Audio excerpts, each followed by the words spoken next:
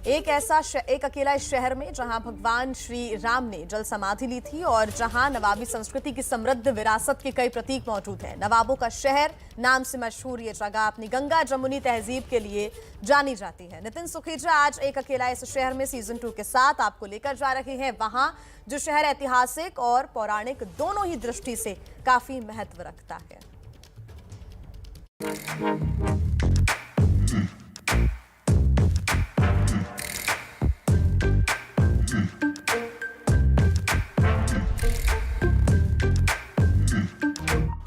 नमस्ते, मैं हूं नितिन सुखीजा, एक अकेला इस शहर में।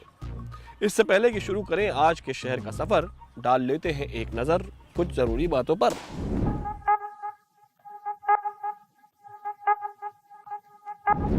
तो साहब, आज के शहर में आपको लेके आए हैं। आज आपको ऐसे शहर में लेके आए हैं जिसका नाम जल्दी ही गायब होने वाला है। सरकारी रिकॉर्ड से गायब हो रहा है। जिले का नाम बदल दिया गया है, स्टेशन का नाम भी बदल दिया गया है, जो रोड लखनऊ से यहाँ आती थी उसका नाम भी बदल दिया गया है। अब ये नाम सिर्फ उमराव जान में शामिल है, उमराव जान उपन्यास में, क्योंकि उमराव जान की कहानी यहीं से शुरू हुई थी। एक जमाने में अवध की राजधानी यहाँ थी। चलिए शुरू करते हैं वो कहानी जिसका शीर्षक है एक था फैजाबाद।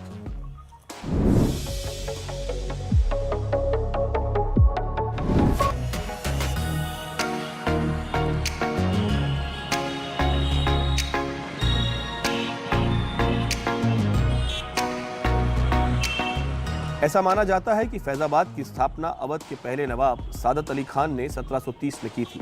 उन्होंने इसे अपनी राजधानी बनाया, लेकिन वो यहाँ बहुत कम समय बिता पाए।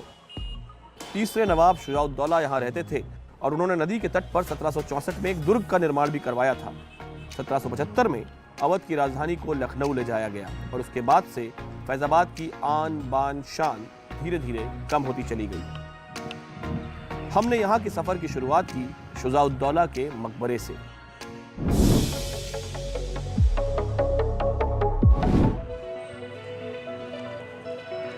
साहब, ये अवध के तीसरे नवाब शुजाउद्दौला का मकबरा है। शुजाउद्दौला ने यह मकबरा अपने जीवन काल में ही बनवा लिया था। इसमें उनकी कब्र है, उनकी माँ की कब्र है और एक वक्त पे उनके पिताजी की भी कब्र यही थी, जो बाद में दिल्ली में उनके मकबरे में शिफ्ट कर दी गई, जो कि सफदरजंग के मकबरे के नाम से जाना जाता है। वैसे तो मकबरा बंद था, लेकिन किस्मत से हमें मिल गए मोहम्मद रजा साहब, जिन्होंने ताला खोल के हमें मकबरे के अंदर जाने का मौका दिया। अंदर नवाब एवं उनकी मां की कब्रें अवस्थित हैं।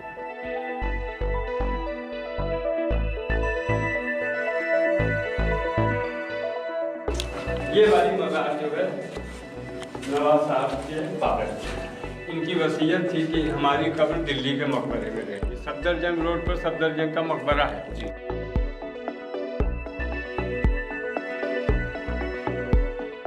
एक जमाने में फैजाबाद की इमारतों की तूती जो है पूरे अवध में बोला करती थी। यहाँ की हवेलियों की, यहाँ के बुर्जों की।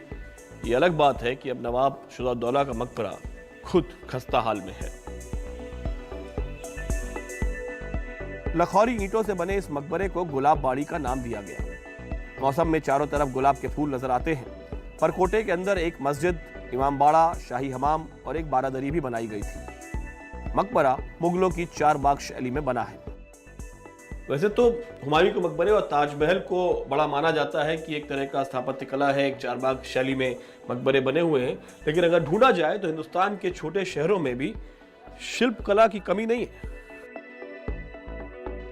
वहां से चले तो हम आगे बढ़े नवाब की बेगम के मकबरे की तरफ। इस बड़े गेट की तरफ बढ़े तो गेट पर एक राजनीतिक पार्टी का दफ्तर नजर आया।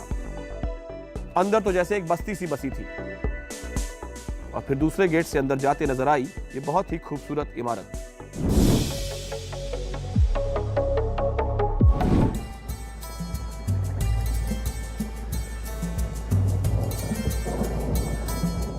बहू बेगम का यह मकबरा फैजाबाद की सबसे बुलंद इमारत माना जाता है और यह भी कहा जाता है कि शायद पूरे अवध में लखनऊ को मिला करके शायद ये सबसे खूबसूरत इमारत है। अफसोस हम अंदर नहीं जा सकते, सब जगह ताले लगे हुए हैं, बंद किया हुआ है। पर बहू बेगम जो थी, नवाब शुजाउद्दौला की बेगम थी, यहीं की रहने वाली थी, फैजाबाद की। और कहा जाता है कि असल में सिक्का तो बहू बेगम का ही चलता था। इस मकबरे का निर्माण दारब अली खान ने 1815 में शुरू किया। ये बाहर से जितना सुंदर बना है, बताया जाता है कि अंदर से भी उतना ही खूबसूरत है। कहते हैं कि इसके मुख्य कक्ष में जहां कब्र स्थित है, वहां शानशीन पर अनेक धार्मिक चिन्ह सुसज्जित हैं।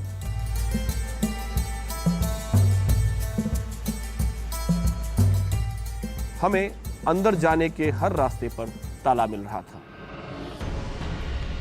दरवाजा, ऊपर जाने का रास्ता। ये कोशिश भी बेकार ही गई ऊपर जाने की। मकबरे के बरामदे के चारों तरफ 4 मीनारें हैं। गुंबद और मीनारों पर पंखुड़ियों जैसी शिल्पकला देखने को मिलती है। बड़ा मन था कि अंदर की छत और दीवारों पर रंगों से सजी सुंदर अलंकृत कारीगरी देखें, लेकिन हर रास्ता बंद ही मिला। यूपी में एक बात बहुत बढ़िया है कि अगर कहीं सड़क पे किसी कट पे ट्रैफिक जाम हो रहा हो, प्रॉब्लम हो रही हो, तो सड़क बंद कर दो पत्थर लगा करके। और अगर किसी इमारत को मेंटेन करने में प्रॉब्लम हो रही हो तो इमारत बंद कर दो। न रहेगा बांस, न बजेगी बांसुरी। भाई या तो इसको मेंटेन किया जाए या लोगों को घुसने ही ना दिया जाए, जिससे वो देख ही ना पाए कि क्या हालत थी। ये दोनों इमारतें ASI के अंडर आती हैं। निराश हम वापस चले तो नजर पड़ी अवध के 2 मछलियों के निशान पर, और पास ही टहलते नजर आए ये ईमू। किसने सोचा था कि बहू बेगम के मकबरे में हमें ईमू भी टहलते हुए मिल जाएंगे। कमाल है। वहां से बाहर निकले तो हमने सोचा कि क्यों ना नवाब और बहू बेगम के महल को भी ढूंढ निकाला जाए। गलियों में भटकते भटकते हम पहुंच ही गए इन खंडरों के बीच।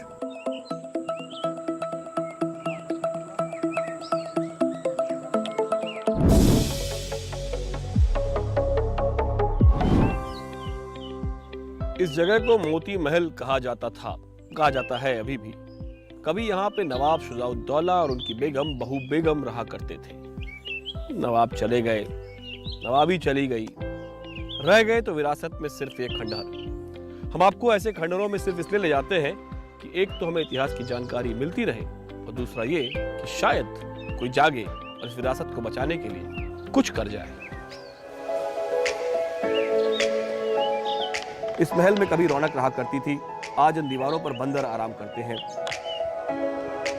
आसपास की दीवारों के बीच से बस्ती महल के अंदर आती जा रही है। बीच के मैदान में एक नई मस्जिद बनी दिखी।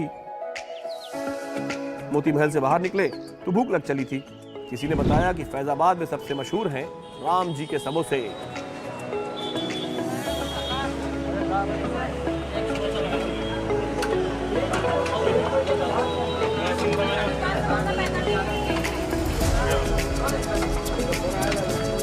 फैजाबाद आके अगर राम जी समोसे का समोसा नहीं खाया आपने तो फैजाबाद आना बेकार है।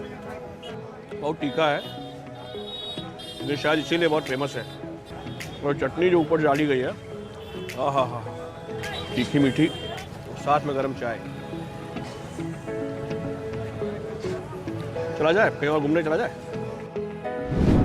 चाय समोसे के बाद पहुंच गए हम एक ऐसे मंदिर जो भगवान के भी भगवान का मंदिर है, बड़ी देवकाली मंदिर।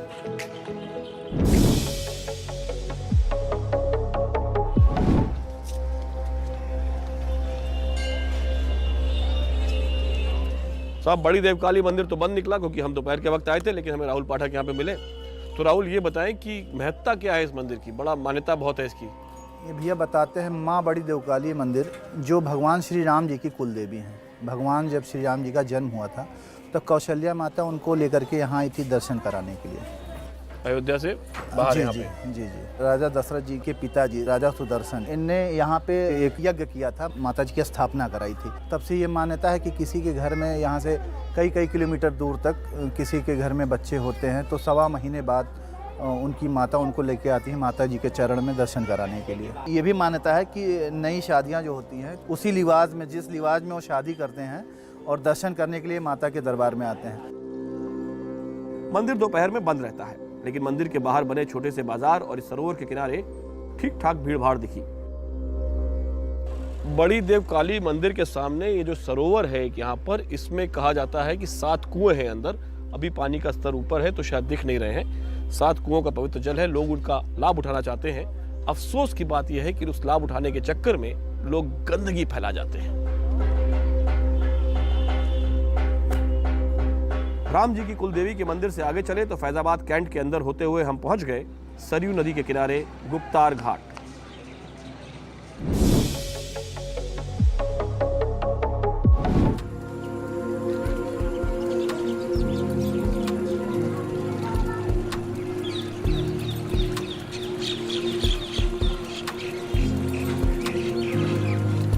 कहते हैं मर्यादा पुरुषोत्तम श्रीराम का समय जब धरती पर समाप्त हो गया था तो उन्होंने यहां से गुप्त रूप से इस घाट से सरयू में जल समाधि ली थी, इसलिए इसे गुप्तार घाट कहा जाता है। फैजाबाद के कैंटोनमेंट में स्थित इस घाट के किनारे सरयू का जल युगों युगों से वैसे ही निरंतर बहे जा रहा है। घाट पर ही स्थित है राम जी का ये मंदिर। जब हम अंदर गए तो पुजारी जी ने हमें पूरी कथा सुनाई।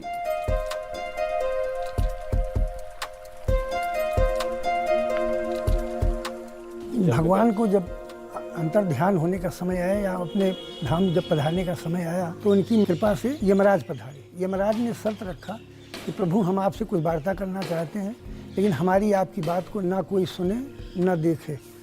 देखता या सुनता है तो आप उसे प्राण दंड देंगे। लक्ष्मण जी को पहरे पे किया। द्वार पे दुर्वासा ऋषि आ गए, राम जी से मिलने की इच्छा जताई। लक्ष्मण जी ने मना कर दिया। उन्होंने कहा हम श्राप दे देंगे, पूरी अयोध्या नष्ट हो जाएगी। लक्ष्मण जी ने सोचा कि मैं अकेले मारा जाऊंगा, वो चले गए। जैसे प्रवेश किए यमराज अंतर ध्यान हो गए तो दुर्वासा भी वापस चले गए। अब राम जी के सामने समस्या उत्पन्न हुई। बाहर निकलते हैं तो अपने भाई को मारना है, गोदवध का पाप होगा। राम जी ने बाहर जब निकले उन्होंने कहा लक्ष्मण मैं तुम्हारा परित्याग करता हूँ। तो उसी समय लक्ष्मण जी सरजू तट पर गए अयोध्या में, और वहाँ शेषावतारी थे ही, वो अपने मूल रूप में आ गए। आज उस स्थान का नाम लक्ष्मण घाट के नाम से जाना जाता है। राम जी ने सभी भाइयों को लड़कों को राज बांटा। इस सरजू तट पर पधारे। भगवान ने अपने अस्त्र का त्याग किया। जैसे ये भगवान का स्वरूप है, यहाँ भगवान बिना अस्त्र के हैं, दिव्य स्वरूप ऐसा और कहीं है नहीं। तो भगवान यहाँ सबको भेज कर अंतर ध्यान हुए। तो पहले इसका नाम गोप्रतार, अब ये गुप्तार घाट के नाम से जाना जाने लगा। मंदिर के दरवाजे पर भी हमें 2 मछली के निशान दिखे, अवध की निशानी। घाट पर लोग शाम को पिकनिक मनाने भी आते हैं, नाव की सैर करते हैं और भुट्टा खाते हैं।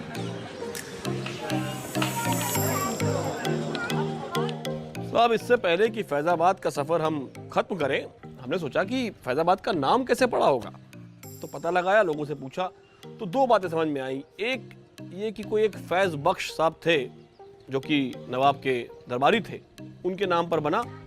और दूसरी बात किसी ने, कुछ इतिहासकारों ने बताई, कुछ लोगों ने बताई कि फैजाबाद ईरान में भी एक शहर है और शायद ये जो नवाब थे यहाँ के, उन्होंने उस शहर के नाम पर इस शहर को बसाया और इसका नाम फैजाबाद रखा। चलिए, एक अकेला इस शहर में आपसे मिलेगा फिर किसी एपिसोड में, फिर किसी नए शहर में, कुछ खाते, खिलाते, बनाते या फिर कुछ नया अनजान देखते, घूमते, घुमाते।